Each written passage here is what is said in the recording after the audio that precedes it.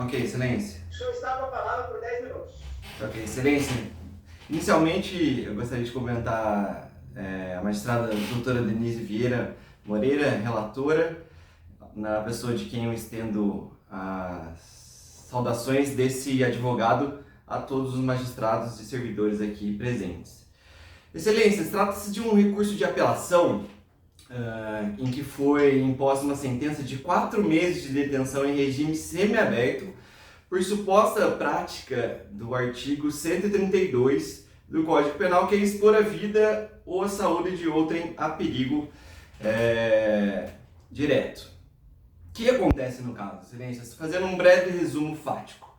O apelante, que é um assistido da Defensoria Pública, que eu fui nomeado para fazer o recurso, ele se dirigiu à Prefeitura Municipal de São José dos Campos. Ele tem uma indenização para receber há anos lá e, por questões burocráticas, a Prefeitura não tem feito o pagamento. Ele vive em situação de miséria, está com a esposa com doença terminal, necessitando do dinheiro e, em um ato impensado, foi lá tentar resolver o problema, não teve atenção, novamente por uma letra em algum documento não fazem o pagamento da indenização que ele tem direito.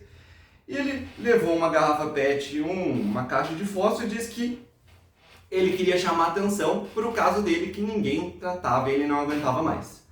Pois bem, quando ele fez uma ameaça de que ele colocaria fogo em tudo lá, a Guarda Municipal foi chamada, ele foi imobilizado. No momento em que ele foi imobilizado, respingou um pouco daquele líquido no servidor municipal, não teve fogo, não teve nada, ele foi preso e ali foi dito que se tratava de gasolina e que ele tinha o fósforo que colocaria fogo.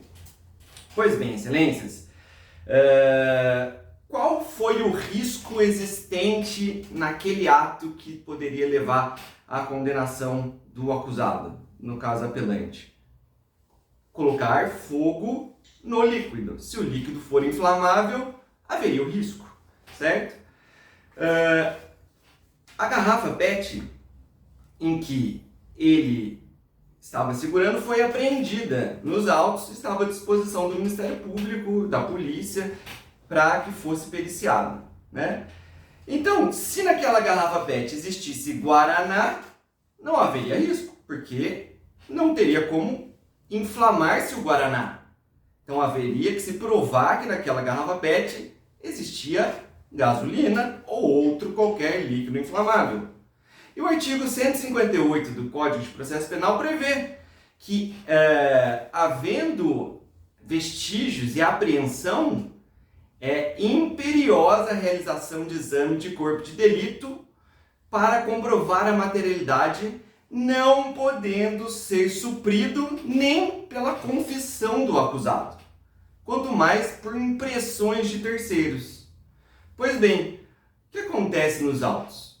Não foi feito exame de corpo de delito naquela garrafa PET. Ninguém sabe o conteúdo daquela garrafa PET, a não ser o que foi dito por terceiros não técnicos que falaram que era gasolina. Mas não se foi testada a inflamabilidade daquele líquido, não sabe, ninguém colocou fogo para ver se ele pegava, ninguém registrou esse teste. Então, o perigo real e iminente só viria se aquele líquido fosse inflamável. Para se poder condenar nas penas do artigo 132, a materialidade ela não pode ser substituída por testemunho, por confissão. É expresso que deva ser por laudo de exame de corpo de delito. E o douto juízo de primeira instância, como fundamentou a materialidade? Assim disse: a materialidade delitiva restou devidamente demonstrada pelo boletim de ocorrência, auto de exibição e apreensão, bem como prova oral. Excelências, não pode haver condenação por prova oral, por uma simples apreensão sem exame ou boletim de ocorrência. O artigo 158 é expresso. Eu nem gosto de fazer leitura de de dispositivo de lei, porque Vossa Excelência conhece muito mais que eu, mas ele é expresso quando diz: não pode nem ser substituído. Peço vênia para fazer a leitura, Excelências.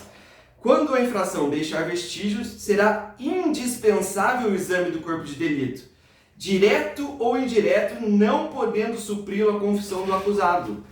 A garrafa foi apreendida, o exame de corpo de delito direto deveria ser feito.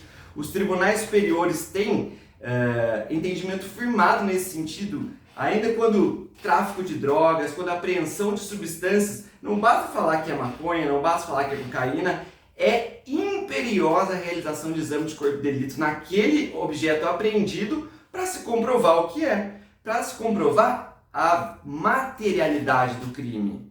E nos autos, qual era o perigo? O perigo era colocar fogo naquele líquido. Mas e se aquele líquido fosse um guaraná? Aonde está a prova de que aquele líquido apreendido não era um guaraná? Não tem. Então, impressões testemunhais, sendo que o líquido foi apreendido e ele deveria ter sido periciado, não pode ser utilizado como materialidade.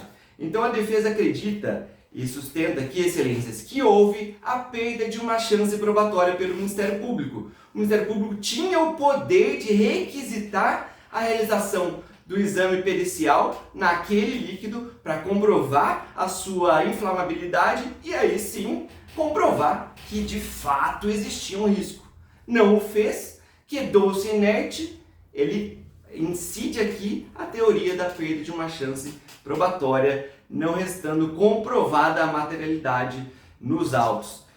É por isso, Excelências, que a defesa vem aqui, já encaminhando para o final, requerer que o acusado seja absolvido ante a ausência de materialidade nos termos do artigo 386, 2 e 7 do Código de Processo Penal. É o que a defesa sustenta.